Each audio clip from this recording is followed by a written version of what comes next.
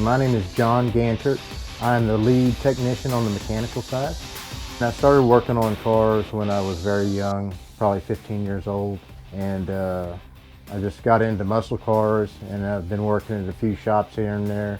Here you get to be a lot more creative than a lot of other shops. A lot of other shops they just tell you what to do and you have no input over the creative process. Whereas Vinny will take your suggestions and then either, run with them, or he'll say, why don't we kind of do it this other way? But at least here you have a lot of input on the type of parts and the way stuff looks and cosmetic and mechanical and all that stuff.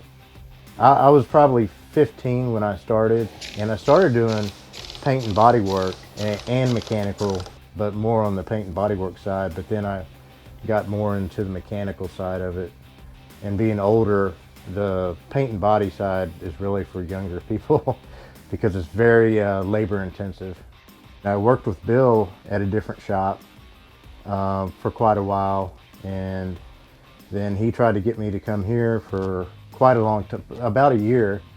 And then finally I was like, okay, Bill, I'll come in and do an interview.